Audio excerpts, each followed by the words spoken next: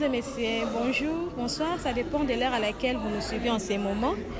Et abonnez-vous dans notre chaîne Alegria TV, abonnez-vous. Et voilà, chers internautes, je suis là dans une conférence où Kalamingite Tozo Bandango, Kalamingite Tozo Yoka, le révérend pasteur Godin Poyi, président provincial et à ville de Kinshasa. Voilà, chers internautes, avant toutefois de commencer, je dis un grand merci à toute ma famille, la famille Kekambezi. Je dis un grand merci à toute l'équipe technique d'Alegria Télévision. Je dis un grand merci à lui-même, Ledie Lutumba, que je salue depuis quelque part. Je dis un grand merci à Mélodie. Mélodie, je te salue depuis quelque part. Mélodie, je te salue.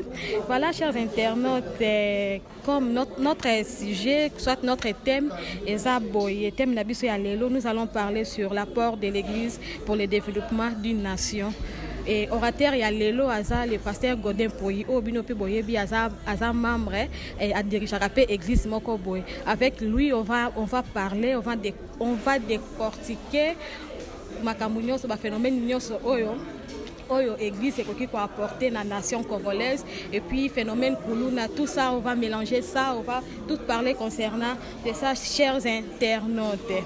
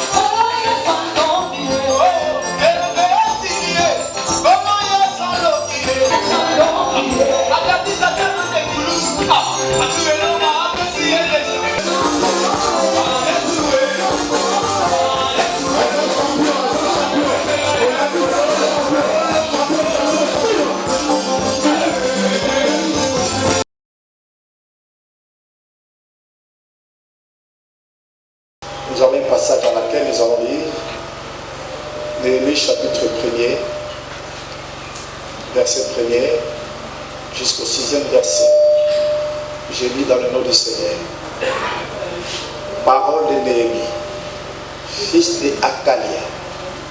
Au mois de Kesle, à 27 années, lorsque j'entendis ces choses, je m'assis, je pleurais et je fis plusieurs jours dans la désolation. J'ai gêné et j'ai prié devant le Dieu des cieux. Et j'ai dit, ô Dieu, Dieu des cieux, Dieu grand et redoutable, toi qui gardes ton alliance et qui fais miséricorde à ceux qui t'aiment et qui observent tes commandements. Que ton oreille soit attentive et que tes yeux soient ouverts.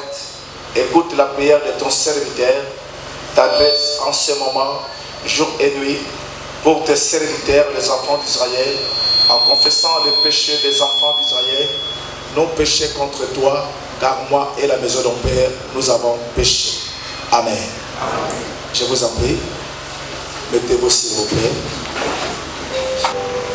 Savez-vous ce qui s'est passé dans la vie de cet homme Néhémie? Au moment qu'il était ensemble avec ses frères, au niveau d'Israël, et j'ai dit, la méthode de Dieu, la méthodologie de Dieu, Dieu ne met dans son plan, c'est l'homme, une femme, une personne qui est ici présente. Ne soyez pas sous-estimés. Alléluia. Même si le monde se moque de vous, vous devez croire que, bien aimé, si Dieu vous a appelé, il vous a appelé pour un but. On peut s'en amen. Amen. Tu n'es rien Tu n'es pas le fruit d'hasard.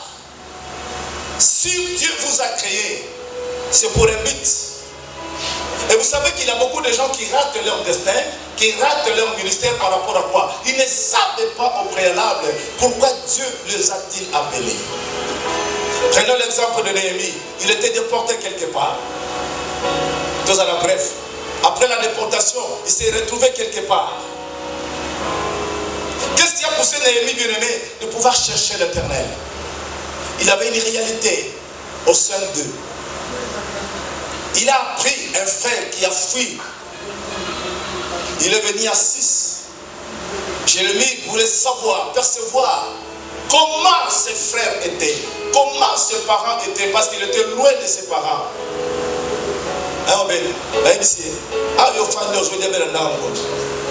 Derrière Jérusalem, par terre, à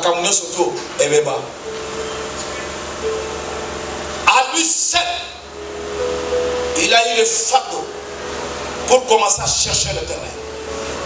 À lui seul. À lui seul.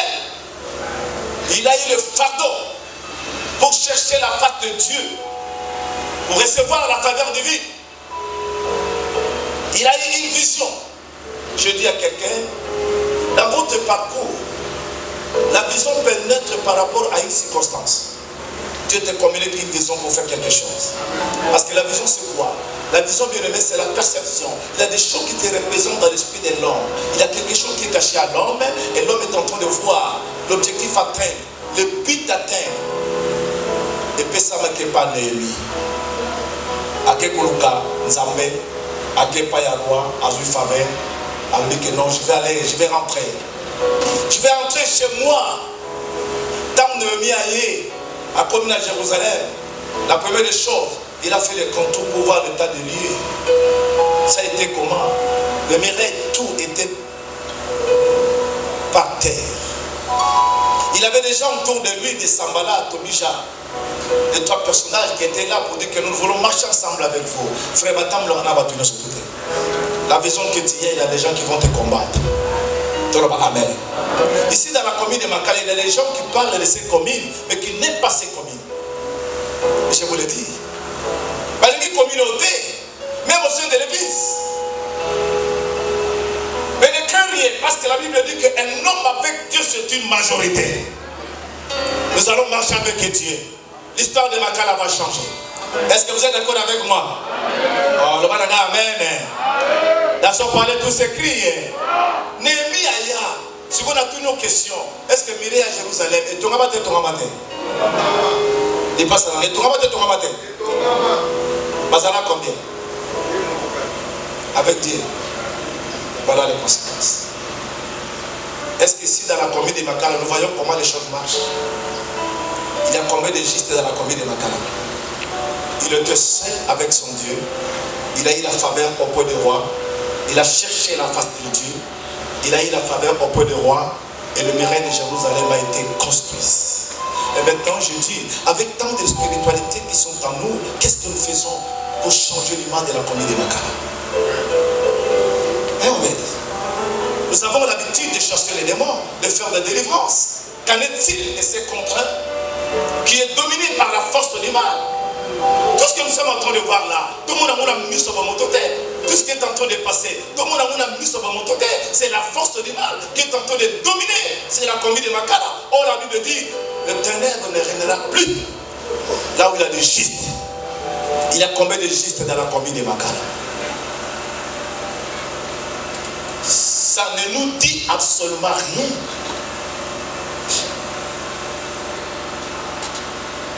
Aujourd'hui, il y a des choses qui ne marchent pas dans notre commune. En tout et surtout, aujourd'hui, hier, la télémi awa, bana balote na 4 églises, na la télémi na libanda. Il passe, na moni 4 gangsters na moi. Moi na mowa kiti na 4 moto, directement ba yeba racher moto na ye. Non! Je me suis imposé. La personne peut me dire, qu'est-ce que vous faites là? A dit, Yonani, moi, ma petit wana. Le mec qui t'a dit, on a 4 ans, il va petit, il a des coups de tête. La posane pembe na bango, la bio, de l'eau kende. Quand on monite à la posane na simbié, à kamati appareil, à zondis. Alinga la petit, au sein de la sécurité dans ce carrière. Yo comme on le dit, maman n'a pas choqué, kanisina maman n'a pas kende na prison, à foutre la ngambon. L'église, nous devons être conscients de la situation, de l'état de notre commune.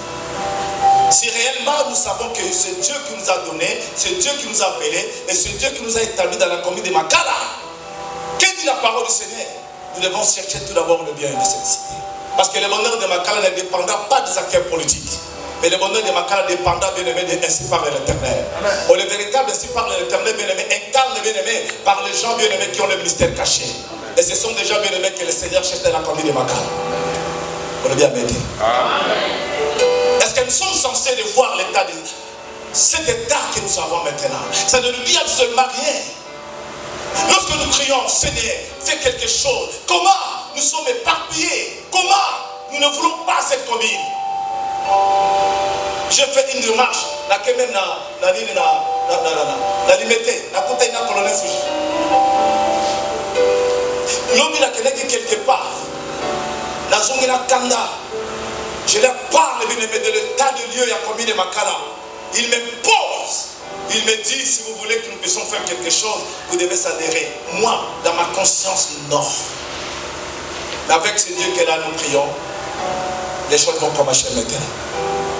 Amen. Nous sommes censés de changer l'histoire de la commune de Makala. Soyez responsables de l'aimer là où vous êtes. Que ces choses doivent interpeller tout et chacun de nous. Pourquoi vous êtes là? Pourquoi Dieu vous a placé non à Gombe, Nakara Mouté, mais Dieu vous a placé dans la commune de Makala? Pour faire quoi? Aujourd'hui, il y a beaucoup d'églises. Je vous le dis, il y a semaine, il y a ensemble dans la société. Vrai ou faux? Et nous voyons ça normal. Il y a un bien aimé. Les policiers ils ont peur de ces enfants-là. Après c'est une information, et là on est au salaire. Pendant ceux qui vont jouer avec les banques, on va mettre un masque. Moi, on va mettre les banques. Dans une formation, on a un bino. Et hier encore, j'ai lu l'information avec papa. On va mettre moi dans les banques directement comme il disait. Oui. Quand la force du mal, les autres qui ont des colons, que font les justes? Les gens qui ont l'esprit de Dieu. Nous voyons ça normal, c'est anormal. Lorsque Néhémie, il a aperçu l'histoire, il a compris, il a eu l'information que rien ne marchait bien aimé à Jérusalem, il a tout abandonné. Même la position sociale qu'il a trouvée.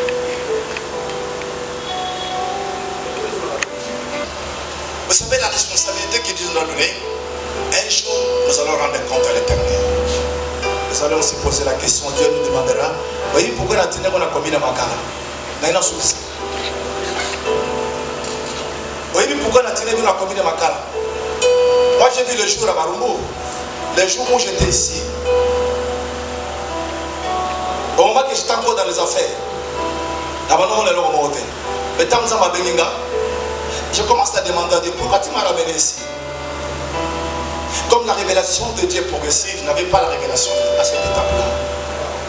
Mais un jour, le Seigneur m'a dit, je t'ai appelé pour un but. Quel est ce but? Je ne savais de rien de ce but, de cet objectif de Dieu. Mais à la longue, j'ai saisi cette opportunité. J'ai compris.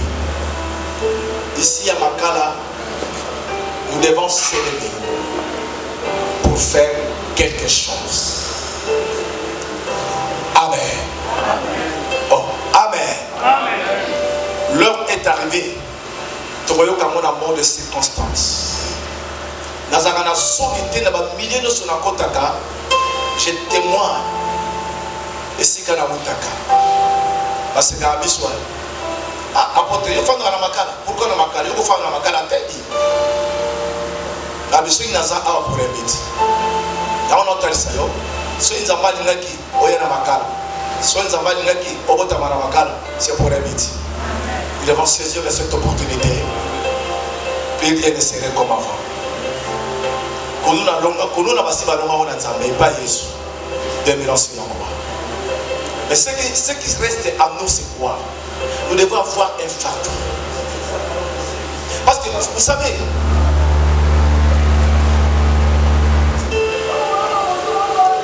si on commis quelque part, les Camerounais ça le matin à 4 habits sont posés à fardeau. Oh, vrai ou faux? Au moins, on a bizarre, bien non. Cela ne me concerne pas. Aujourd'hui, dans la commune de Makala, il y a une crise. Dans tous les domaines, il y a une crise. Dans les deux souffrir, tout le monde est là. Je pose la question. Il y a cette fois-ci, église, nous devons changer notre façon de voir les choses. Nasi na peki sa batubaya awa na campagne de l'équipe batubaya linga babinanga bayele matunanga indam na parobi so récupérer la porte en fumulo porte na commune de Makala. Moi je dis j'ai une conscience pire, je ne peux pas vendre la commune de Makala. Accord de chèque. On a reçu le 50 chèques, on a reçu 50 chèques. Je vous le dis. Mais voilà, tant que quelqu'un qui paye à Jean-Marie Le Poula, c'était au Tounaye 2006. Jean-Marie Le Poula a dit Batoubaye Awa. Dans Batoubaye Awa, une forte délégation. Allez-y là-bas. À chanter. Mettez vos chansons. Le président arrive. Alors, pour maire de Salabé, délégation au fan de la Simone de la au comblé du doigt, ce serait une bonne chose. Bonjour à place. Non, on va être beaucoup à place. Talaga Bakangi est fait. Azala Kite, Azola Kisaki, vous contrôlez ta papécie et vous dites à l'eau les airs à l'agilité. Negazawa, Abenga, à récupérer ma jambe. Bonsoir Zalagate. Et le fait que Maïna Zalagate. A-t-il là que le sac était bénisse? Cela veut dire que cette année encore, nous avons encore besoin de 10 000 justes pas contre la 4 assemblées. Mais ça va, Amen. Je vous le dis. Nous sommes en train de se préparer en conséquence. J'ai dit, il y a des gens qui me disent que non, moi général, j'ai des colonels qui sont là, dans l'Argentina, dans le niveau municipal. Nous voulons changer l'histoire. Juste, on dit toujours pouvoir et pas banal. Qu'est-ce que vous attendez d'eux? Néhémie, un seul homme, il a vu la destruction de Mireille de Jérusalem, il avait dit, j'irai à Yaki, à Salimoussala. Amen. Ici dans la commune de Makala, il y a combien de justes? Ça doit nous interpeller nous tous.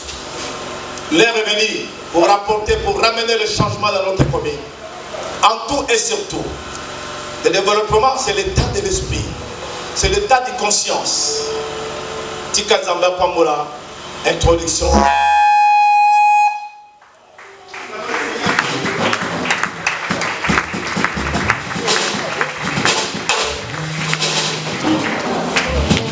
Voilà, merci beaucoup, l'apôtre. On a entré exhortation. Que le Seigneur soit loué. Nous avons ici l'introduction par rapport à la vision que notre apôtre, notre patriarche, a introduit qui sonne à Soucia Moussalabé. Voilà. Cette fois-ci, comme l'orateur principal est déjà là, nous allons gagner le temps. Nous voulons faire appel lui-même l'autre pour un mot de circonstance. Après le mot de circonstance, c'est nous introduisons directement l'orateur. L'orateur sera introduit par lui-même le père, lui-même l'autre, qui va introduire notre orateur du jour. Avec beaucoup de respect, il fallait plus, si on peut se mettre debout. Puis on va encore notre hôte, le patriarche, le Tumba Israël, sous nos acclamations. Merci beaucoup. Cette fois-ci pour le nom des circonstances. Patriarche, dès que vous terminez, directement vous introduisez l'orateur qui est déjà là. Jésus. Alléluia.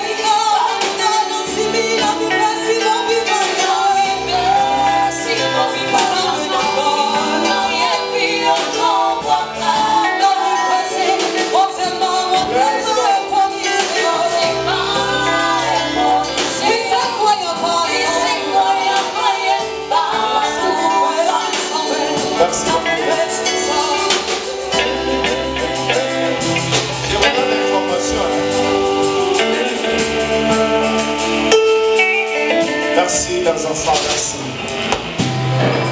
Avant que je commence à faire la lecture de mon circonstance, je vous donne l'information. Écoutez-moi, les révérends, ils chantent beaucoup, ils dansent beaucoup. Vous voyez, il a la vie de l'homme aussi. Amen. Amen. Mot de circonstance. Premièrement, je tiens à rendre grâce à Dieu, qui est le maître de temps et de circonstances. À lui soit la gloire dans les siècles des siècles. Amen. Mes vifs remerciements s'adressent au révérend Golé Paul, président de l'Assemblée provinciale de la ville province de Kinshasa, qui, malgré ses multiples responsabilités et occupations, a accepté de répondre à notre invitation. Mes remerciements s'adressent à vous tous, révérends, apôtres, évêques, évangélistes, prophètes, pour avoir répondu à notre invitation. Il serait injuste de ne pas remercier tous les membres de différentes églises ici présents qui sont venus assister à cette unique journée de la conférence. Merci aussi à tous les membres du bureau organisateur de cette conférence qui se sont effacés pendant 2 semaines seulement pour la réussite de la dite journée.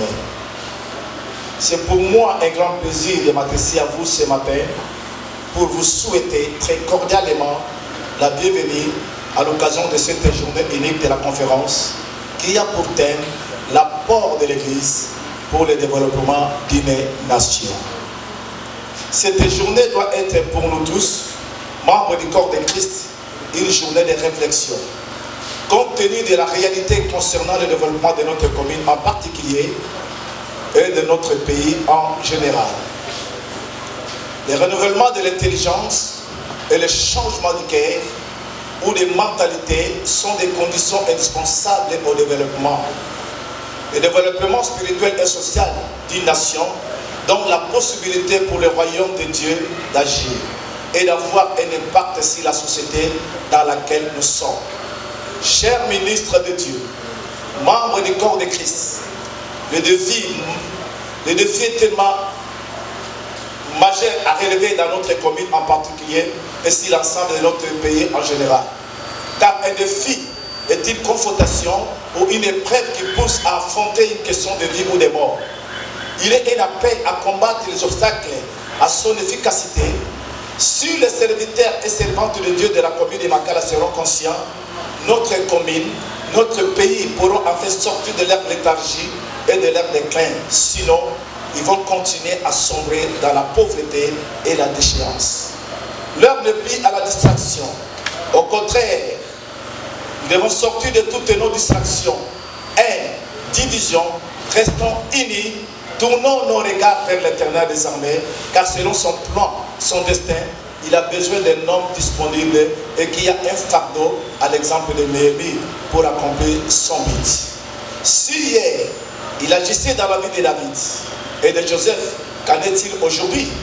La Bible dit, notre Dieu, il ne change pas, il est le même hier et éternellement.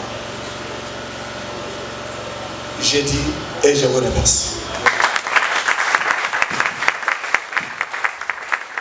Sans plus tarder, honneur et bongi na batu na bango.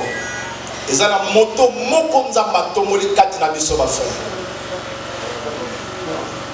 Il n'est pas un païen. Malgré titre monnaie na zana yango, aza muto ayebi nzambe ayeba nzambe, un né de nouveau à laquelle l'église nous devons soutenir. Amen. Tobelaki ye pambate pour kolobela biso na tempo monaki l'apport de l'église pour le développement d'une nation. Ou bien le contraire.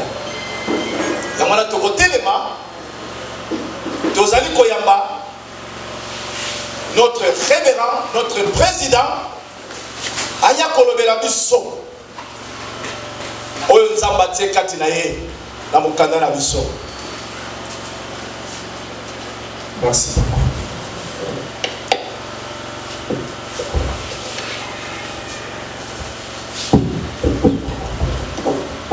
Shalom, serviteur et servante de Dieu, qui vient la Saint-Lazare de Saint-Lazare, le matin du chef. On va lire Genèse, chapitre 2, verset 15. Genèse, chapitre 2, verset 15. Genèse, chapitre 2, verset 15, nous lisons au nom de Jésus. L'Éternel Dieu prit l'homme et le plaça dans le jardin d'Éden pour le cultiver et pour le garder. Amen. Amen. Amen. Nous attendons le Seigneur.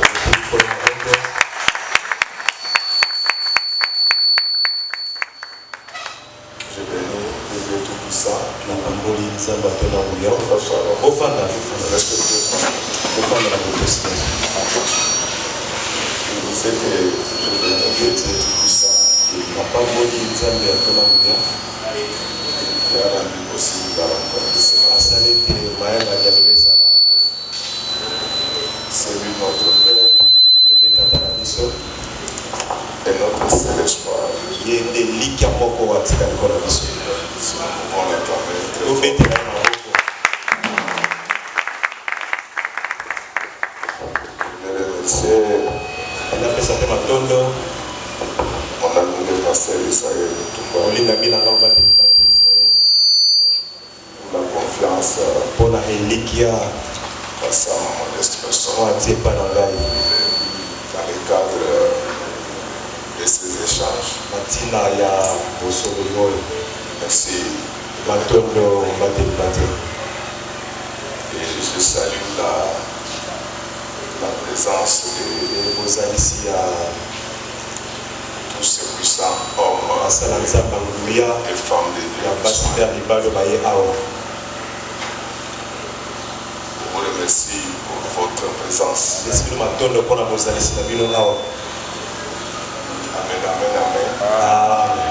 Et je prie aussi ça. boni bopesi ngai Je pourrais me permettre de opesaka makoki ya koyeba koyangela konga malamu.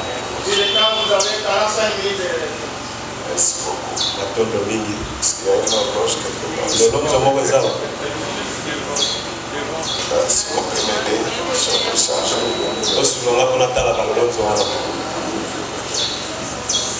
Amen, amen, amen. Amen, amen, amen, amen, amen.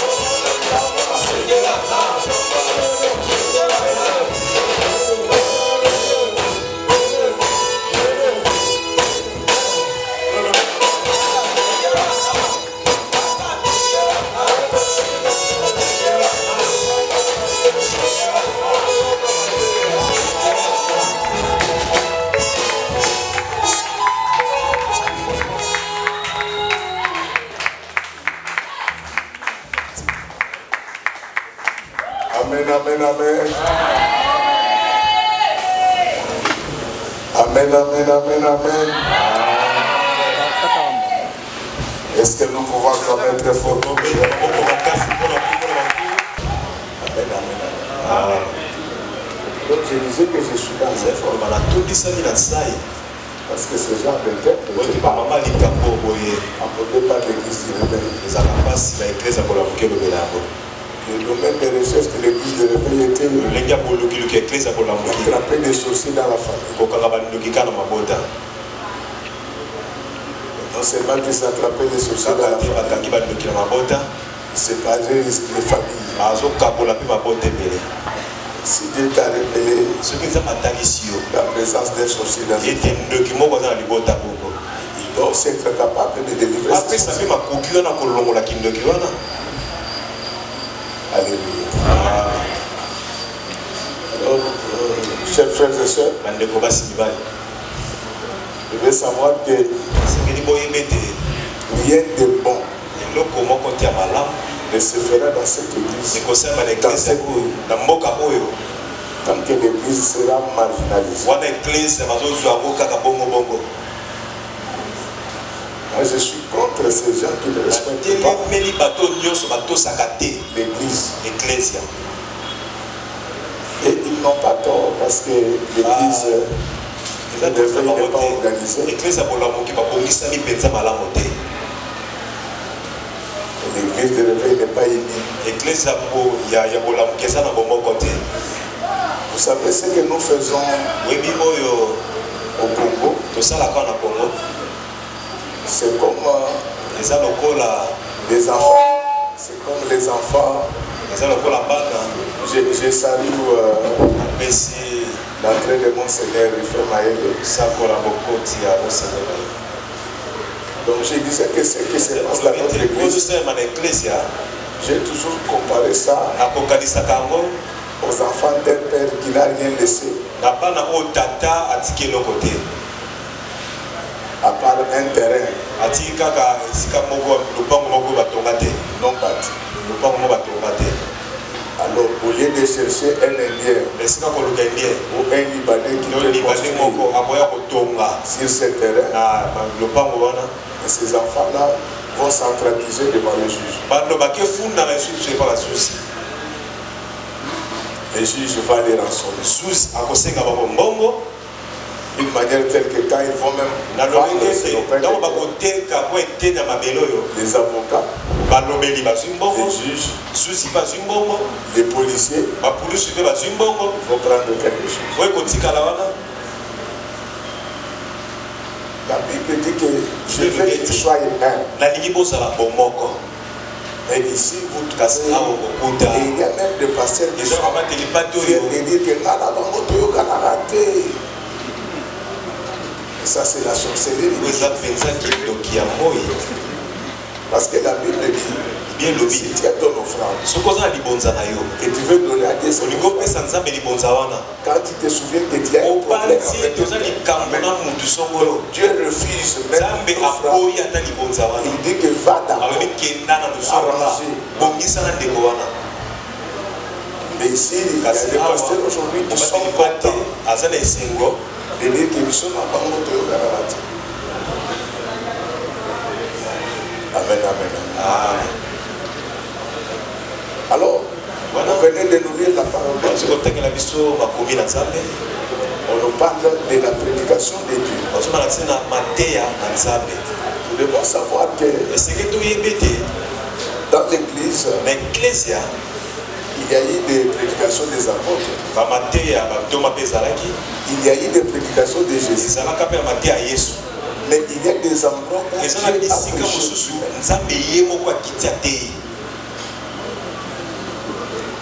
Et dans l'église de ce Dieu-là, il n'y avait pas beaucoup de membres. L'église de Dieu, je ne parle pas encore de l'église de Jésus. L'église de Dieu n'avait que deux membres, Adam et Ève.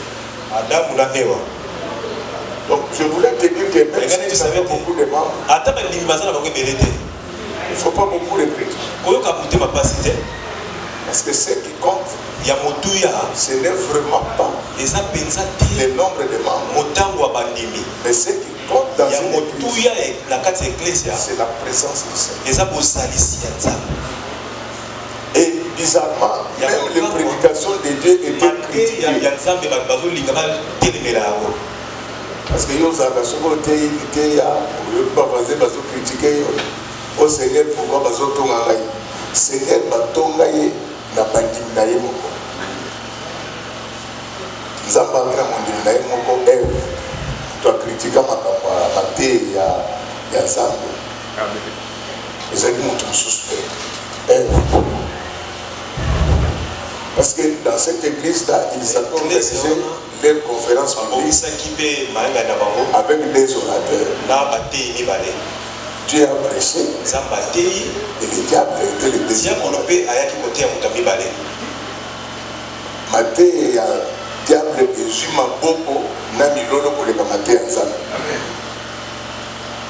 N'habitez ce que vous avez parce que yo so côté bêtement côté au moins net au sein de côté au moins quand matin na yo na bêtement côté wana ba ange ba yaka pe na ba église na biso amen ata ba bêtement côté et ba ange ba bêtement côté ba mai masam ba sango pa tata amen amen amen. Alors quand les diables, parce qu'il y a des gens qui disent l'été ou les sibinaï. L'été est cause les sibio, mais ce que c'est dans la Bible, l'été c'est la moitié. Mais l'été ce qu'on dans la Bible. Matin, il y a diable et Simba Ève. Elle va guérir ici, on va y aller à l'oublier. Enfin, pour ça, matin, mais diable a fondé le macam. Nous avons l'église, nous avons un séminaire ici, la sorcellerie. On dit que le pasteur va parce que dans la Bible, il va expliquer que le si on séminaire, il va expliquer le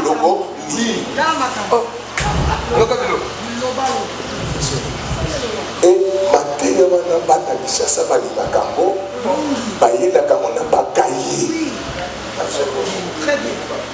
Kana monaki na séminaire moko na Bandal, pasteur moko uti Kolwezi azoteya bato sur soseli alobi soki mwana na waliaka mingi yeba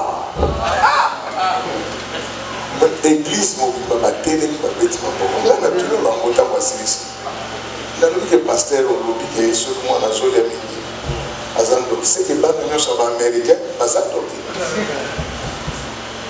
mwana américain aliaka soso moni soso tosanganelaka biso 23 ye azobanda na motu na papu libumu ntina makolo omoni siko avandi amen give me a wine alobi na nsisi kolia pesanga vin nalia. Donc c'est-à-dire que tous les enfants des Américains sont des sorciers. Alléluia. Amen, amen, amen. Donc vous, ce n'est pas parce que tes prédications n'ont pas reçu des acclamations et tu n'as pas bien prêché. Donc, Zambélité est ma Bouddha. Dans Bandit Nemo. Il y a beaucoup de bataille dans l'église, mais il y a ce côté, il va tromper ça dans mon côté. Mais il y a beaucoup de Nigeria, mon papa, dans l'église, à Tegaka, ma papa, na Kato. Aïe, dès qu'elle dit enfant Nigeria. Mon amour, on est désolé. Mais ça m'a dit, je referme la parenthèse, je reviens à la base. Et l'église dans le développement. Je vais définir les concepts avant d'aller dans le fond de la question. Chers frères et sœurs, l'église c'est quoi? L'église c'est le rassemblement des personnes mises à part. Ces gens-là ne sont pas mis à part par les hommes. Ils sont mis à part par Dieu. C'est pourquoi vous lisez la Bible. Dieu dit que si pour certaines questions vous ne vous mettez pas d'accord, mais seulement au point où vous êtes par chance. Il y en a qui croient au ministère de la femme. Il y en a qui ne croient pas au ministère de la femme. Mais ce n'est pas ça qui doit nous. Marchons ensemble. Dieu nous éclaire. Amen. Donc cette église dont on parle, ce n'est pas l'église l'âge de l'éternel. C'est le rassemblement de toutes les personnes qui crient. Parce que je vois souvent, il y a des gens qui prêchent leurs églises au lieu de prêcher Jésus. Non, détrompez-vous. Chez les catholiques, il y a des gens bons, il y a des gens mauvais. Chez les protestants, il y a des gens bons, il y a des gens mauvais. Dans l'église de réveil, il y a des gens bien et des personnes pas bien. Alors Dieu lui ne tient pas compte de ces clivages là. Dieu lui tient compte de ceux qui mettent en pratique sa parole. C'est pourquoi un jour les apôtres rencontrent quelqu'un qui ne marchait pas avec, mais qui parlait de Jésus. Il lui interdit. Mais quelle a été la réaction de Jésus? Il dit, c'est lui qui n'est pas contre.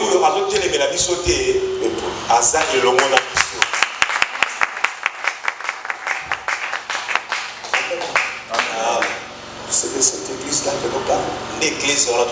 Aujourd'hui, nous avons des gens qui parlent la langue et qui volent la langue. Est-ce que ces gens sont de l'église de Dieu? Est-ce que les bateaux sont 15 millions? 10 millions. Sur les trois coups. Congo a 5 pertes bien gagné. Alors, on va pouvoir. Parce que c'est anormal.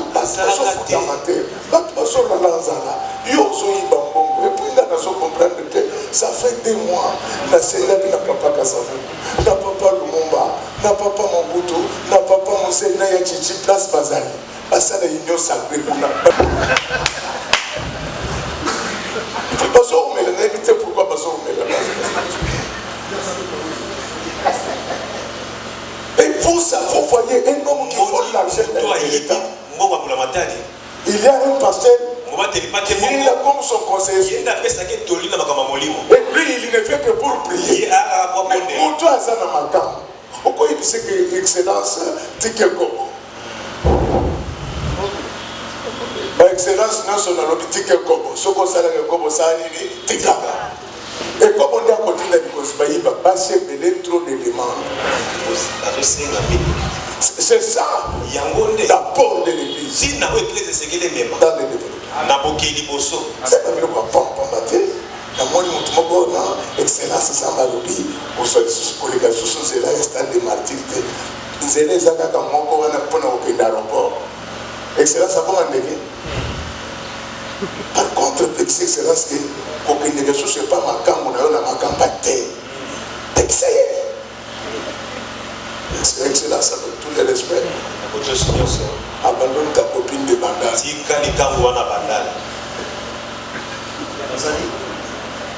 Amen, amen, amen. C'est ça d'abord. Alors je vais définir les développements. C'est l'amélioration des conditions de vie de la population. Mais là, je voulais vous dire une chose. La plupart de ces charlatans que vous avez appelés des politiciens, vous avez trompé. Un État ne se développe pas en une année. Alléluia. L'Europe a été construite pendant 400 ans. 4 siècles. Si tu viens chez moi, je vais te montrer le documentaire de l'État de Texas aux États-Unis. En 1913, ils avaient des routes comme celle-là. La Chine, l'Inde se battent depuis les années 48-50 jusqu'à ces jours. Ils ne sont pas encore devenus. Moi j'ai fait une partie de mes études chez eux à Shanghai.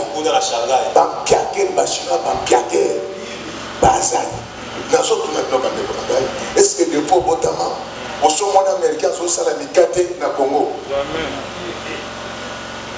Américain président de Donald Trump. A Teganikate. Mais des Chinois, au Montaïe, et tu peux faire un peu de la macasse.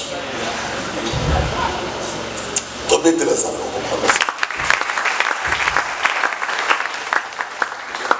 En économie, on dit que le développement d'un État est chronophage. Il s'inscrit dans l'État. Mais ce qui est important, la population doit voir chaque jour ces conditions de vie saine.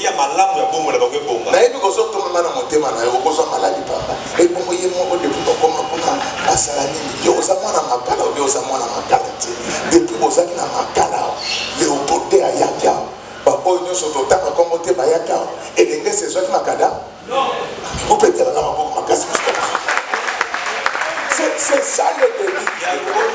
Ce sont des signes. Alléluia. Même Léopoldé, ce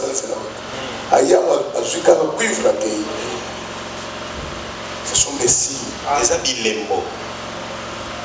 Alléluia. Aujourd'hui, tu peux prendre la sauce à partir du palais du peuple.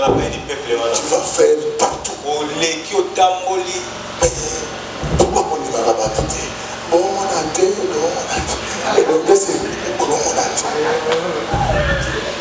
Au Fandaka, au Komaki, et Tamolili, Bolomé, cabinet, Molili, Bokobi, ville Molili, mais les lots, Banzela, Nyos, Yaminene, ils ont dit, bon, on a été, bon, on a été. Ton famille n'a pas beaucoup. Tu tindenge mobutu akufa tika bino na baproblème abeta bino bafimu bosi bomona décoration na bonne année ndenge bovivre tigelo tokineli bino yango na poto bazalaka soki bonne année eleki balongoli babombi mpo basala lisusu biso tokineli na bango bosepela. Donc c'est ça les signes que nous sommes dans la police. Mais l'église les passages qu'on venait de nous dire, Dieu dit à Adam et à sa femme, voici les jardins, gardez-les et travaillez. Donc si Dieu devait s'adresser au Congolais, il allait dire, messieurs, voici les cuivres, voici les cobaltes, voici les coltans, travaillez-les. Cette histoire de continuer à exporter les cuivres à l'état brut, ça ne va pas nous permettre d'avoir une croissance inclusive.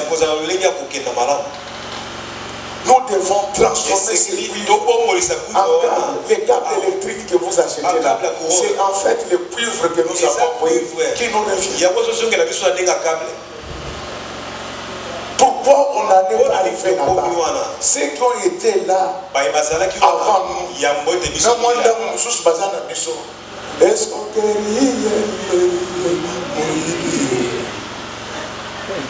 ça c'est un païen, non, tout le monde n'a pas blanc. Papa, il y a un peu de non, non, révérend. Ça va marcher. Parce que yon dengo la net au bineti. Et Jésus a dit nous autres, papa, avec tous les respects, yo yemi pepe galete. Ah, papa, on aussi. Bagazambe. Bon, nous apôtre. Yo yemi pepe galete. Voilà. Papa, ça n'a pas de donc, quand on a ma bende au bien, c'est quoi pepe galete. Pepe galete, ça n'a pas. Même autant comme on peut regarder la Bible, 1 Corinthiens 11 et que la nature elle-même ne vous enseigne tellement. La nature, on a tout ça dans Bagodé, par Rufin, par Pépé Galé, par Israël, par Amiral. Donc c'est-à-dire que nous tenons sa nature, on a fait sa leçon à Malam. On peut citer exemple dans l'église. Alléluia. Na Pépé Galé a condamné mon livre. Mon conseil a zoé babande mon conseil a fait et puis ma maman va me la camingue tout le monde va me la terre et puis c'est cette émergence ma cambo. Donc pourquoi on n'en est pas arrivé là-bas? L'argent qui pouvait nous servir à finaliser les barrages d'Inga Basoma Bandaku Libanda Mosus Batonga Bayibi Bamongo Batombito Banda Batala Voise Moussouli Antou. Et puis, donc, ce qu'on a l'explication, c'est 1 Corinthiens 11 et l'explication. Inondation aux hommes. Mbongo na bino bayiba batongi banda kukola bakanivo. Tango tokobuka kaka bino nde bakoya kokosa bino. Oye komi règlement de compte. Banda so koye na bino na bana kolakisa bino. Ba immeuble nyonso mingo bomoni etomba na eza ya bango bino kwa moyibi batongi tongi likolo ya bakanivo. Kwa buka mwana nyonso. Basanga pesoni balobi bozozonga na Congo. Bokoya bokoza lokola ba Congolais nyonso. Mais ma poste, il y a Mineno et Zoya. C'est pour les pasteurs. C'est pour les enfants de Dieu.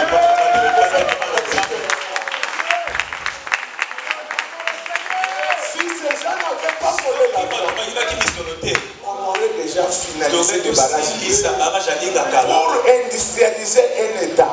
Il y a des préalables. Il faut d'abord avoir les organes de financement, c'est-à-dire les banques de développement. On ne développe pas un État avec son salaire. Non, ce sont des banques d'investissement qui aident à développer les États. Le deuxième élément, pour avoir l'industrialisation, il faut avoir un courant stable. Donc, ce que je suis salamate, bâti-toi. Bon, bah, moi, je suis 99% de bango, fa quoi la femme. Et puis, dans le cas, je non, vous votez à la tête, mais vous votez à toi. Tout le réseau, il y a, mon toit pour voter mon parent. Naïe, Nabana, naïe, dysenterie. Si vous livrez pas mon Satan, vous allez bien caca. C'est bien caca dysenterie à chaque jour. Papa Zana dans la toilette, maman yé, elle vient d'entrer au Kobimate. Maman Potisco, Bano Yakolo Moïba le Zaki, moi, non, moi, 3 ans, yé, Baba. Mandat mon bimba, pour que la caca dysenterie. Nous ne pouvons pas passer dans ça. Comment vous pouvez démontrer la propagande à mon pagano?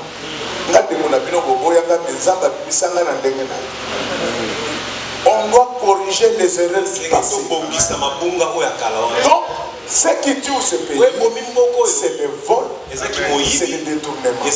Par contre, ça ne va pas ce sont des voleurs. Il y a des gens qui n'entrent pas dans mon bureau quand je vais fonctionner. Parce que tant que nous sommes en corruption, mais heureusement, ceux qui ont volume. Bien aimé, il a été demandé à Adam et Ève de garder les jardins. Pourquoi Adam et Ève? C'était des enfants de Dieu. Mais c'est toi qui dois garder le Congo. Amen. Et vous, comme des envoûtés, on parle des choses sérieuses. Et vous allez soutenir. Il y en a même qui vont soutenir des francs-maçons. Les Romains, Oyo, on parle dans l'église pour la campagne en 2023. Le Bangate a beaucoup de canapons. Quand on a pour tout y était. Moi, je me voyais à bamboulier. C'était dans ma peau. Tu sais que tu as tout sur à l'État. Moi, je me vois bête à mon marteau dans mon tour. C'est Adam et Ève qui devraient garder les enfants. Frère, quand les enfants de Dieu gèrent l'État, c'est avec l'amour. Il faut que nous soyons au moins mbongo ne baninga no batonga bi ba immeuble olobidi ayebisi bango immeuble soki za baninga pesa ngai akopesa ngai mais mbongo oyo tosala na ba action ata bondimaka bato te nayebiso ke soko ondimi biso te koleka mpe na elengesa te moto ya kondimaka te soki alingi na elengesa moto amati eparle akipa bino te.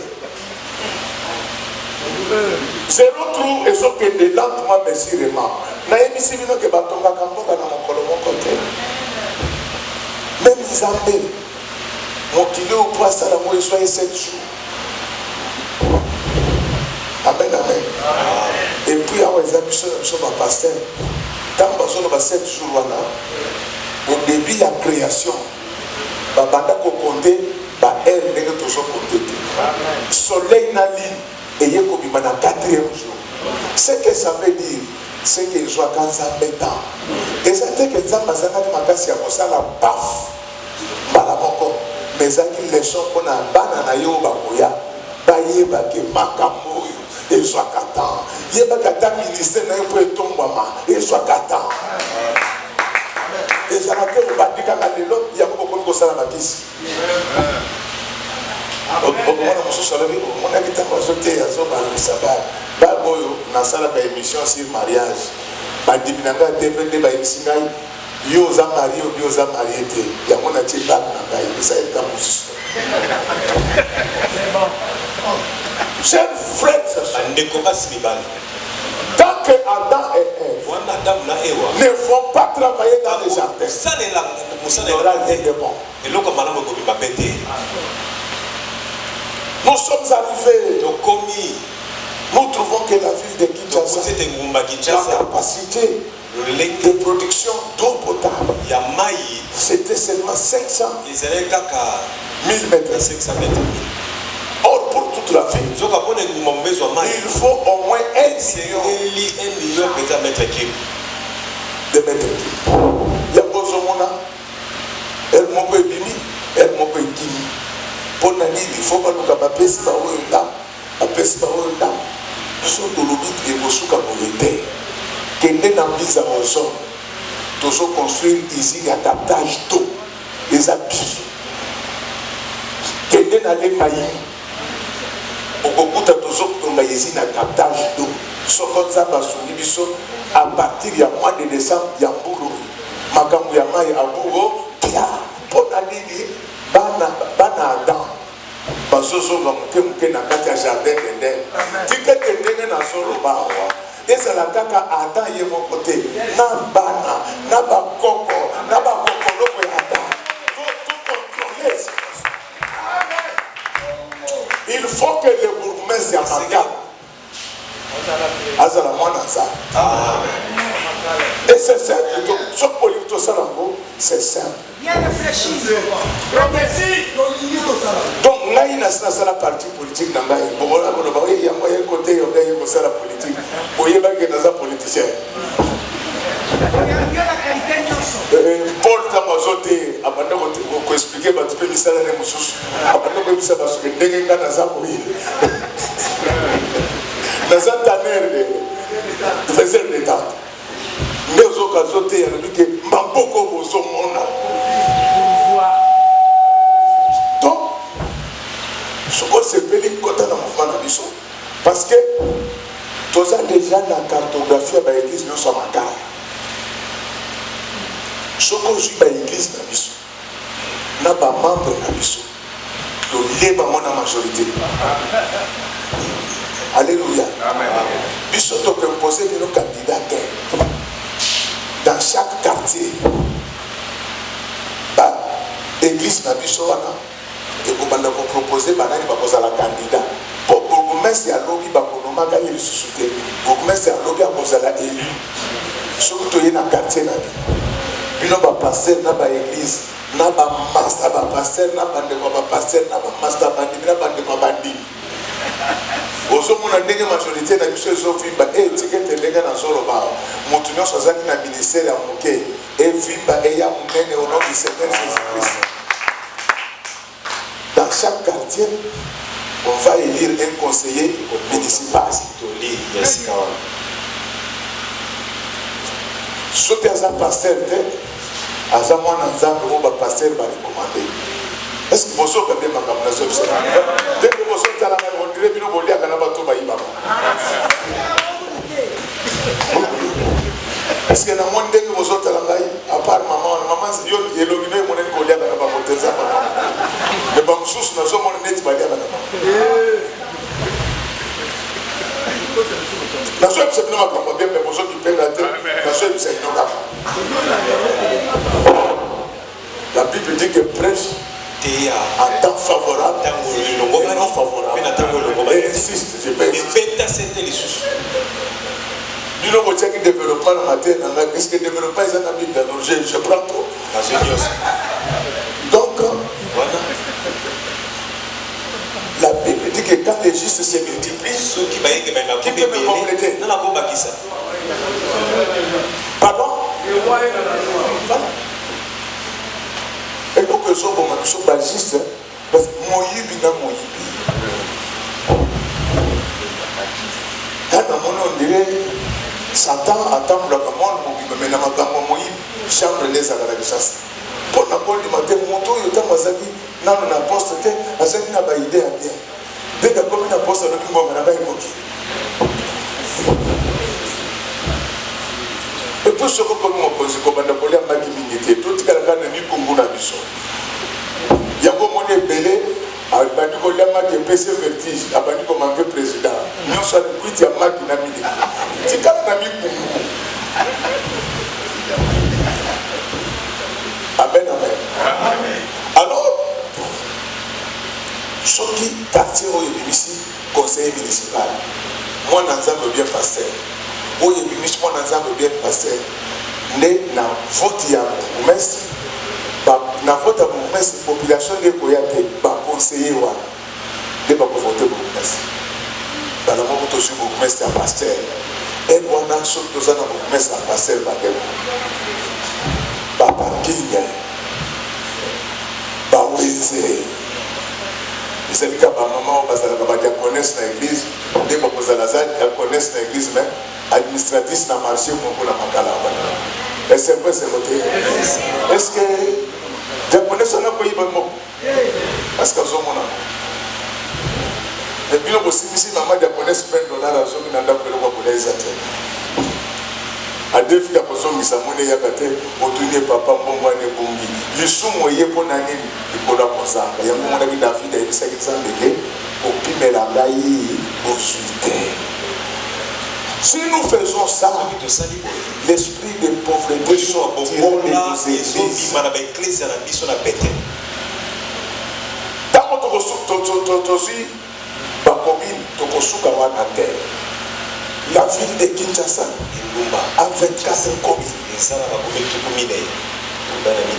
L'Assemblée provinciale de Kinshasa a 48 députés. Donc ceux qui sont églises ont mis 25 députés. Et ils ont dit gouverneur à Kourou de la 4 mission. Bonjour, tu m'as bien dit. Kala, makambo na zolo ba ekoyela yo. Naïbi bato belé na 97 bayaki na mbongo bazanga sapato lelo bazaba milliardaire. Naïbi belé na 2018 bati ba locataire lelo ba koyeba baye. Makambo nzamba saleli na so finga bamoti. Na linga la biso ko nzamba saleli ba mwana. Ndezo ele biso pe tout. Je sens l'honneur d'un gouverneur dans cette salle.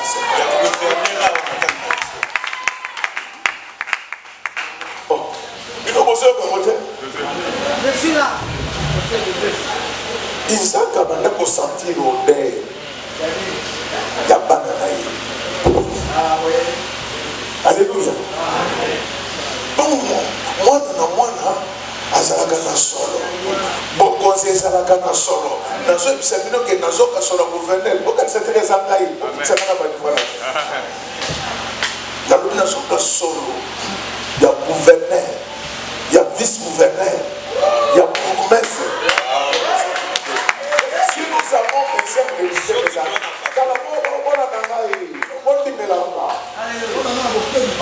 donc, ceux qui ont mis ce bourgmestre, tu as dit même démarche pour les députés provinciaux. Toujours dans chaque quartier à Makan.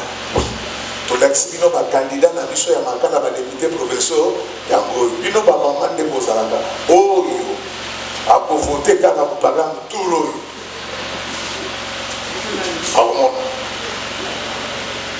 Tu vous allez le Bougaï, le Bougaï. 10 jours au Bougaï, dans le lait, on va dire plâtre dans le lait. Ceux qui t'ont ici, 25 députés, avant la chasse. Oui, le gouverneur a posé la Mwananza, vice-gouverneur Mwananza, le ministre provincial Bananza, le général Kasson va mettre comme ça dans la mission. Il y a les mêmes choses, voyez, dans l'église. Parce que beaucoup de banane, il y a Bananza. C'est un homme bien, il nous aide beaucoup. Alléluia. À ce moment-là, Bandeko, tout ça, dans l'église, depuis comme un capitaine à soi gravité. Toute une formation dans l'ici, pour qu'on a massage, c'est tout, pété dans les gamins. Amen, amen. Tant que nous sommes opposés, les soldats ont formation dans l'ici. Tous les aussi, les généraux, les colonels,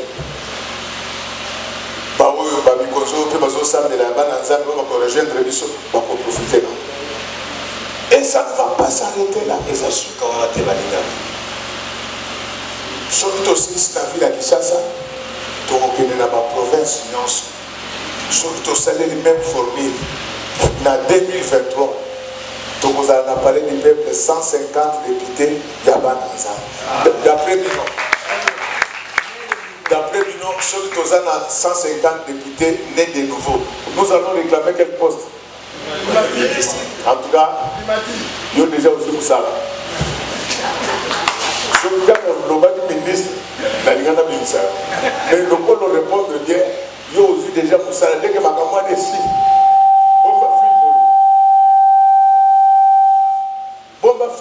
c'est à ce moment-là que le jardin sera bien entendu.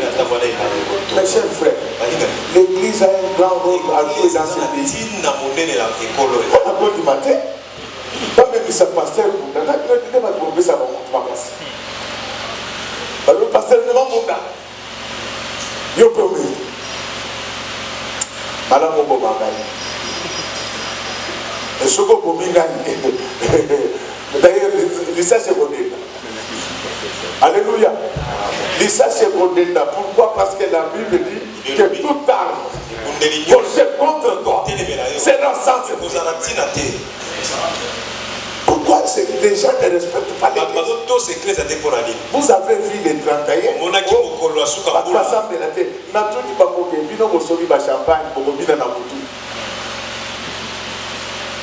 et nous nous sommes imposés. Nous avons veillé. Alléluia. Mais si nous sommes nombreux, si nous avons une masse derrière nous, frère, oui, Jésus,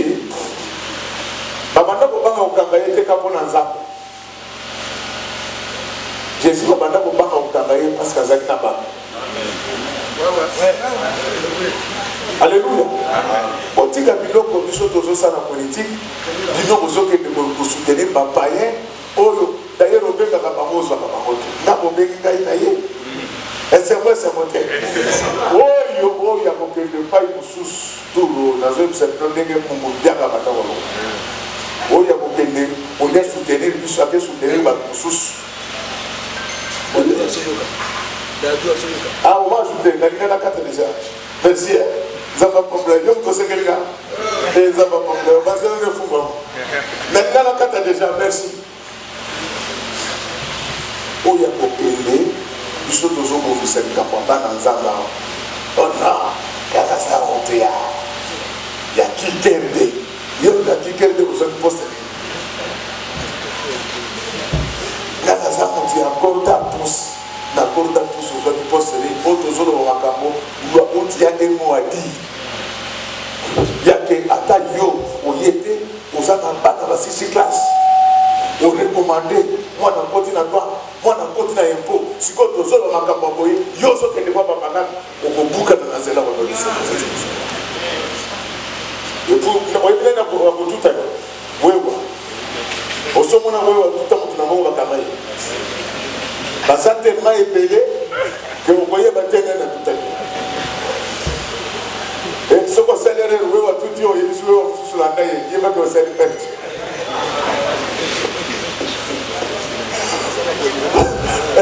Vous voyez, on va tout à l'heure, vous mettez la mission. Parce qu'on a des peu de moto, à y va pour que ça ne bombe, à pas pour matin, pour la vie, vous êtes si vous avez pour ça. Alors la vitesse est présente. Ce que nous avons diminué, il n'y a pas diminué. Si vous avez tout à l'heure, vous avez dit que ma campagne est là, vous avez tout à l'heure, il tape la moanza, toujours dans ma campagne, c'est l'église à Tatanza. Parce que nous avons ce qui est l'église est télévité, homosexualité au côté de Bobo.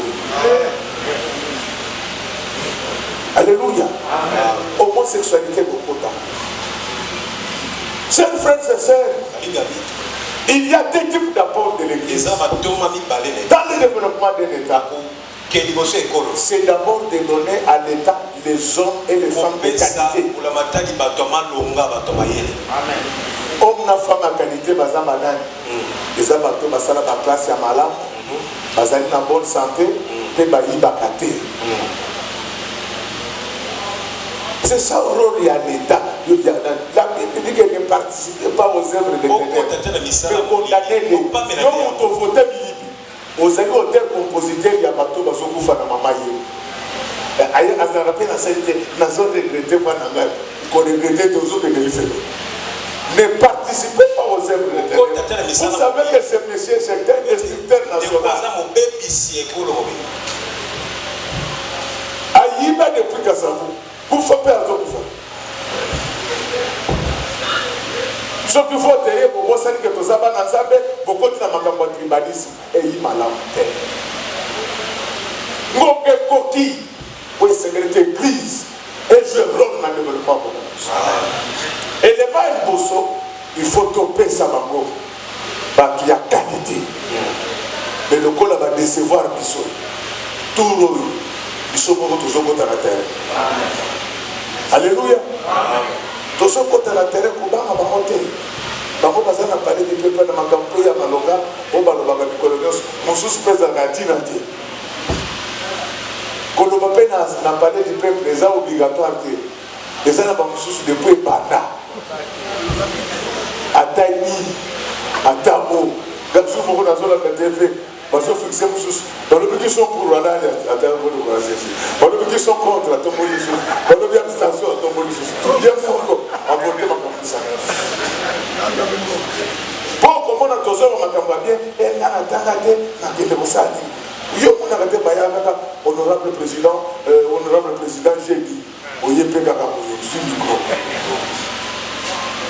Aussi honorable président, Monoko, ils ont mon élu, nous pouvons aider. Mais quand on a mis nos pamotés, Oyebi Kita, Oyebi Kikongo, Oyebi Chiluba, Oyebi Soyi les amis, qu'on nous pouvons aider.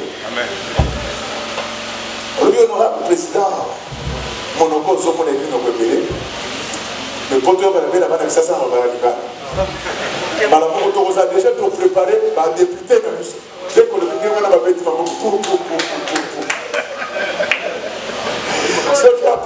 ce qu'après dernier président Tunio, il n'a pas dit non là-bas. Il y a des gens qui t'ont dans le bagage du Teke. Parce que français bien aimé, si nous faisons ces choses, notre pays ira alléluia. Et donc c'est même aussi malélo. Déjà que tant qu'on a passé le jardin d'Éden, a dit que Satan a géré le jardin d'Éden. Il y a des hommes Satan. Tout Satan à la dans mon transport au bâti, jour moko, Jésus m'a vendu la pierre. Jésus a dit que Pierre a laté le gars Satan. Il dit que arrière de moi, Satan. Satan va dire qu'il va sauter. Si on vit Satan au Dieu qu'il va sauter, la Bible dit qu'il est venu pour dévorer, tuer et égorger. C'est pourquoi dès qu'on tient dans ses cabines, à côté de la possession de ses cabines, il dit que Congo est au côté.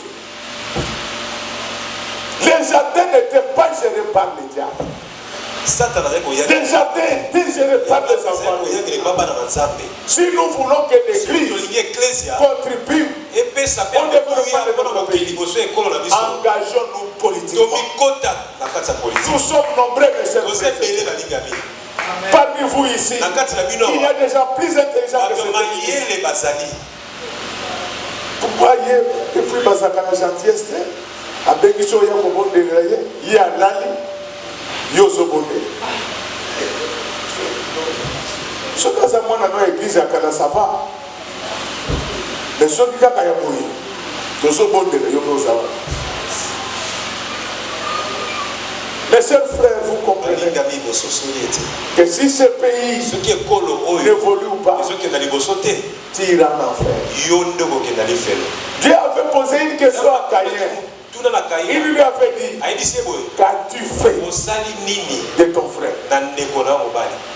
Yonde mutoza kopesa ba voix na ba miyi. Soki ele vote bandi, obosa ni biso bandi kulayo. Ba yeba peso $200. Obosa ni ke ngana yo bandinga te makila igoganga enjo. Bible zolo ba yete le sang de Jésus. Makila la Yesu. Crie au prison. Que le sang d'Abel. Dans notre cause à la Mongouba, mon Congo, mon Gwandi, mon Gala, Sokinani, mais le sang de Jésus. Donc il est plus fort.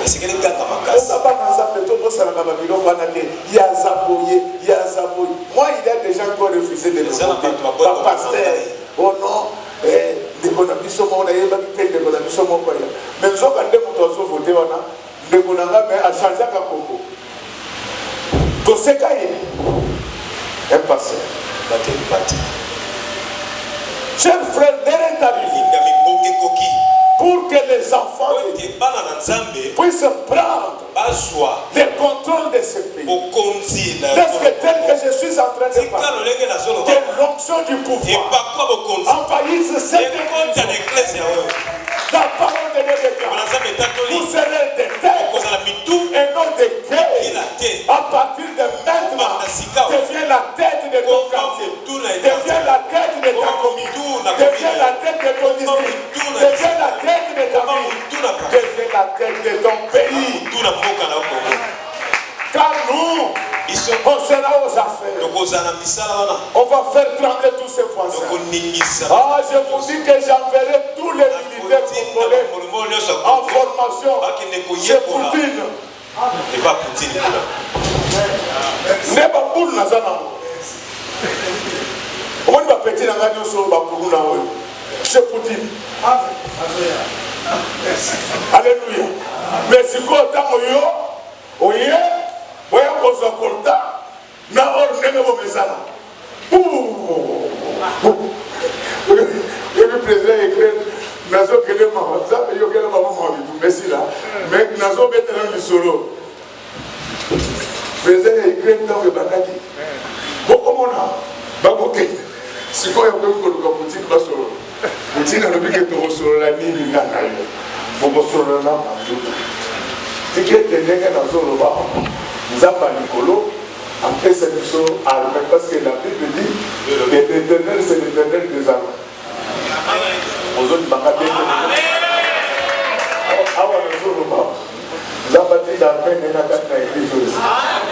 Moutoutou, oya koya pour les églises.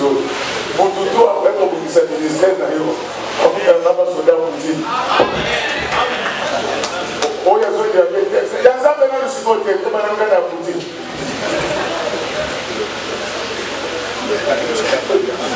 Ce que vous avez à Poutine, mais ce que l'on a à Poutine, à partir de l'eau, dans le mouvement de la Sala, nous avons parti de la mission armée céleste et combattre contre le mission. Macaponion sur Bambouna, Satan, à combattre contre le mission et pour que ça m'a sauté mon côté. Avant, tout régler politiquement. Kaka parti ya lelo nazo sene de nzambati da ba ange na ye ba entouré famille na yo oh avant que comme na makamba de pardon lelo nzambati da ba ange na ye ba entouré bana na yo ba so ata mo côté baba nazo sene de armée nzamba na ezinga ba mombongo na yo ezinga mosala na yo ba so ata eloko mo côté il avait dit que nous serons la tête et non la tête. À partir de l'autre, il m'a montré dans les mains. Donc, on peut dire tout à ta place pour vous là. Pour vous aller à l'élève, mais ça va nous salon tout. Maman, nous sommes au camp, au locataire, au sauvé groupe et les projets. Avant de voir mon chargeur téléphone n'est pas là. Voilà la fin du mois, on va menacer. On a doyé l'Indi exalté. Si quelqu'un n'est pas là, avant que Congo soit développé, dans la vie de la mission de Romanza, et ça va développer. Avant que Congo soit développé, la famille de la mission, et ça va développer. L'église de la mission, et ça va développer. Développer l'Igoloba, parce que comment on est malade, parce qu'on a la santé malade, donc à partir de l'élo, mon limon, et par la tempête. À partir de l'élo, et qui m'a dit qu'il y a volume maladie, et pas qu'à qui y a, mais sous la même j'étais avant de Jérusalem. À chaque système que j'ai dit, c'est pour ma colo. Mais avant de Jérusalem, à soit du moins en Funda, il y a des élèves qui femmes, parce qu'il y a des gars qui ont la vie de mobilité. Tu étais à partir de l'élo, volume ma colo, ma vie n'a eu ça. Mais tout d'abord, ça va monter ça. Ils sont pas sur la fosse à Bunda. Bunda, ils ont dit n'a pas mon abandon. Mais les lots, nous avons un cas après ça, il y a une voiture. Après ça, il y a un bâti. Après ça, il y a un train. Après ça, il y a un bateau. Après ça, il y a un bateau. C'est pour ça qu'il m'a dit que il est le même hier, aujourd'hui et éternellement. Que le développement commence dans nos vies maintenant. Que le développement commence dans nos familles. Que le développement commence dans cette église. Est-ce que tel que je parle, que le ministère de l'apôtre Israël puisse atteindre une vitesse de croisière, que Dieu ouvre de nouvelles portes. C'est ce que je viens de dire pour vous. Que ça puisse accomplir beaucoup de choses de Dieu qui sont enseignés. Donc voilà le fait de mon que j'avais pour vous. Wazana magambo yoka. Wazana motema mugumba. Zambe apa pour la bienvenance. Voilà, bonjour.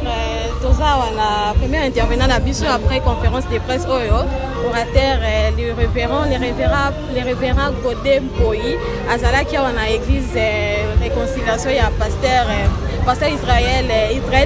Israël Lutumba, voilà. Et maintenant tolingi tozo l'impression na yo, je sais pas par rapport à makambo au révérend pasteur Godem Poyi alobaki sentiment no ezandenge nini et puis thème na biso oyo ezalaki ozaki ndenge nini parce que toza particulièrement précisément na commune ya Makala o tomonaki kuna eza vraiment na to moko élevé makasi ba désordre ezosalema na moi na butu. Donc maître avocat, je ne sais pas, vous pouvez d'abord vous présenter au baotonyon so bazolanda biso na Alegri ya télévision bayokayo. Merci beaucoup maman. Je me présente d'abord. Ngai komona ngai monsieur Pierre Gires Sunda. Nazali avocat. Président ya mouvement des jeunes et vieux au babengi na kombo ya Réveillons-nous. Alors par rapport ya lelo thème ezaki na bien choisi par l'homme de Dieu le Ouin apôtre Lutumba oyo azwaki vision ya likambo oyo. Biso en tant que intellectuel tokolo beloro moko orateur ya lelo le révérend otobenga président Godem Poyi azaki vraiment clair. Azaki clair. Mboka ndenge ezokende église azana mingi ya kopesa. Église azana mingi ya kopesa et comment même na Bible soki ba juste ba komi ebele mokonzi to roi asepeli. Donc ngolo ba ke ba poste o bato bazali mabe o bazo sala. Tant mususu parce que ba yebite oyo nzambe asengi bango basala. Soit ba yebi me ba vandi penate na liloba ya nzambe mais lelo soki ba sala nzambe bazwi bisika biso ekozala malamu. Kasi pona mamotali commune na biso kosambelaka ekoki te kolingaka nzambe ekoki te kasi bakonzi ya mboka fo batala likambo ya makala nasi papa akei na mikanda oyo révérend Lutumba apesi ye kolakisa makambo ezali koleka kuluna eza makasi salite place tozali nasi bokozwa yango eza makasi mingi biso église tozosala effort ya kosensibiliser bandeko na etali salongo de manière individuelle mais makambo minene eza l'état il faut asala yango voilà un peu na mukuse oyo na meki un peu ko simba na makambo oyo eleki lelo des questions mususu ezali. Voilà, tu kolanda maître avocat lobby point de vue naé. Maintenant toza na deuxième question to retourna tant qui est congolais apport ni oyo koki soit idée nawe koki ozala ni par rapport ya makambo nyonso ezole comme on a peut-être mona ya mukie asimbeli mutulichet mais bakoki po kanga mais lobby ou soit après lobby ba libérer okoki koloba nini. Merci beaucoup pour la question. Problème au Zawa que l'État zali. L'État peut aussi avoir musala au Kangabatu. Kasi pas ces ali. Ceux qui bakangi ndeko na midi na 14h 15h abimi. Ata projet au baba qui yakanya makasi ici. Ezo tambola malamu. Tozo mona na bilili kasi mingi toza na bango na quartier bazongi. Na si na opération dénoncer kuluna bozo ba dénonciation na bande comme sous bazan ba dénonciation au sala. Donc l'État a renforcé justice. Et puis bateau bazan na domaine la justice vous en la conscience okoki jamais koteka mboka na yo pona $1000 $2000 o ba pesi yo po bimisa muto yazo kata bato machette seulement parce que yo moko bakati yo te nko ba kokata yo machette yo magistrat to yo policier o bimisa bakulu na mukolo wana nde kozwa conscience peut-être ya kotika ko bimisa bakulu na pona mwa lomeya pona mwa kanyaka donc na sengi na bato bazotambusa justice baza na conscience et puis ba kondio il faut ba sanctionner ba juge ba magistrat de manière générale na ba policier bazobimisa bakuluna en tout cas ba sanctionner bango po batika eloko wana. Merci vraiment, nous vous remercions. Merci beaucoup maman. Bonjour l'homme de Dieu. Bonjour. J'aimerais un peu vous présenter. Ce pasteur Jean-Marie Tumba de l'église Agapé. Ok, merci. J'aimerais un peu savoir par rapport à notre thème d'aujourd'hui, quelle est votre impression après avoir après avoir écouté le pasteur Godin Poyi. Qu'est-ce que vous pensez à ce qu'il avait dit? Non, premièrement, je suis très content. Vous savez quoi? Dieu n'a pas donné à Satan de gérer le jardin, mais il a donné à l'homme de gérer le jardin. Mais ce que nous voyons, c'est autre chose. Ce n'est pas maintenant l'homme qui gère le jardin, mais c'est d'autres personnes qui gèrent le jardin. Donc je suis très ému de cette prédication et je suis vraiment très content de ce monsieur-là. Merci beaucoup. Et puis notre deuxième question est celle-ci, par rapport à notre commune de Makala, concernant les jeunes garçons qui s'amènent trop au phénomène Kuluna. Qu'est-ce que vous pouvez contribuer? Qu'est-ce que vous pouvez dire? J'étais venu ici, c'était pour les Kuluna, parce que sur les invitations, on nous avait dit que nous allons poser des questions sur les Kuluna. Malheureusement, il est parti, bon, il a beaucoup d'occupations. Pour les Kuluna, nous devons savoir une chose. Les Kuluna, c'est un esprit. On ne peut pas combattre un esprit avec les armes, non. Moi, j'ai amené des Kuluna qui sont déjà trafiqués. Lui était un grand.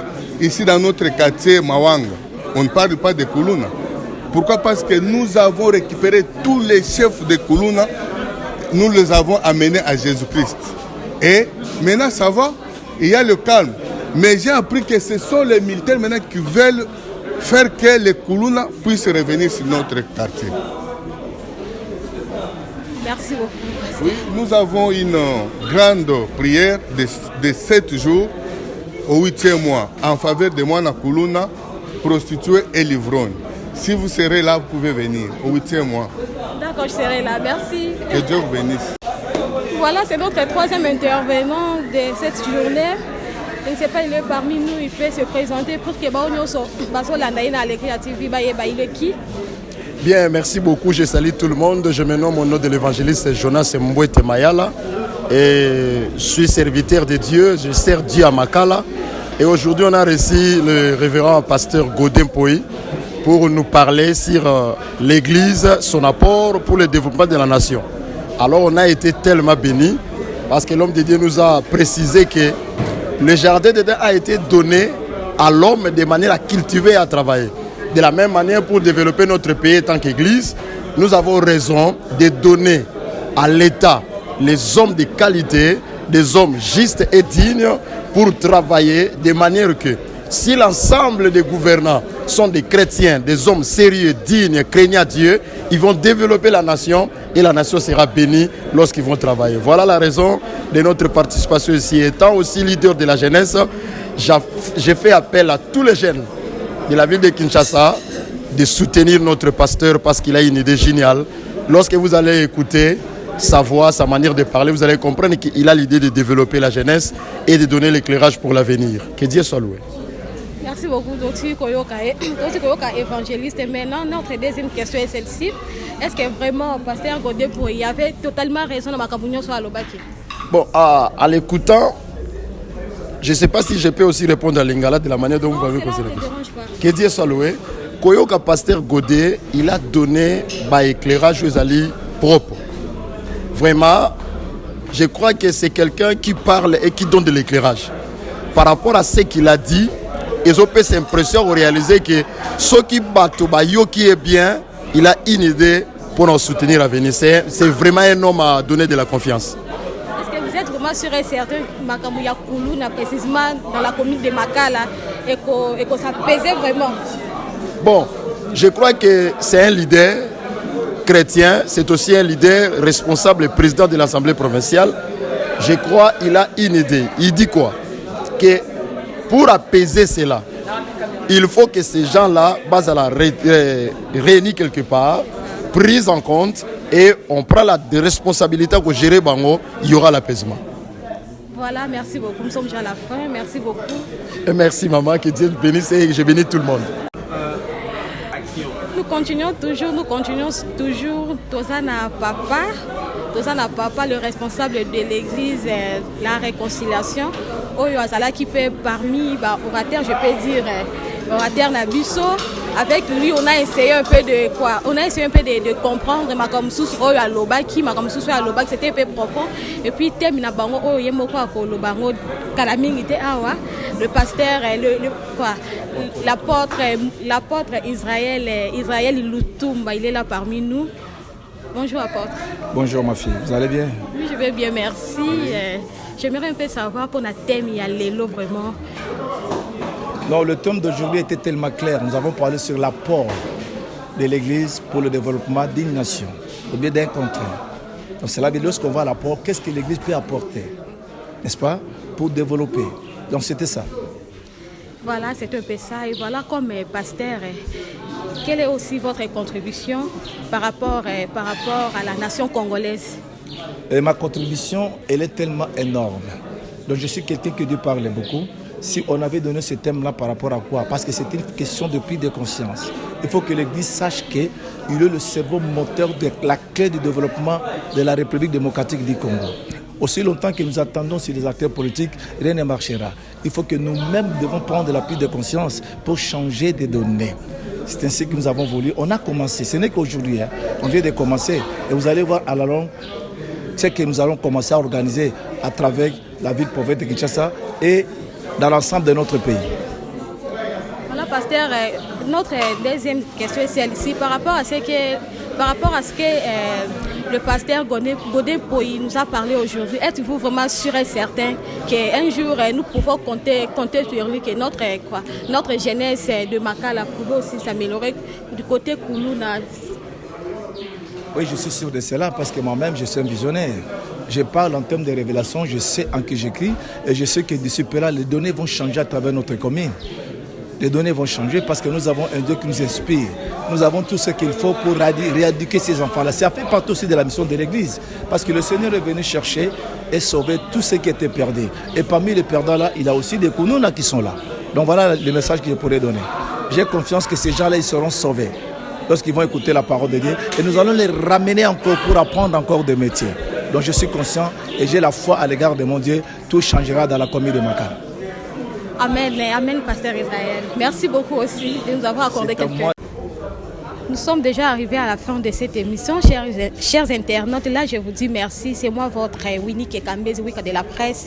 Je tiens à remercier toute personne qui m'aime, toute personne aussi qui ne m'aime pas. La PCB Kara, merci. Et puis, continuez de vous abonner dans notre chaîne internaute Allegria à télévision. Dieu Loutou, moi je te salue depuis quelque part. Je crois bien qu'il y a l'objet qu'on est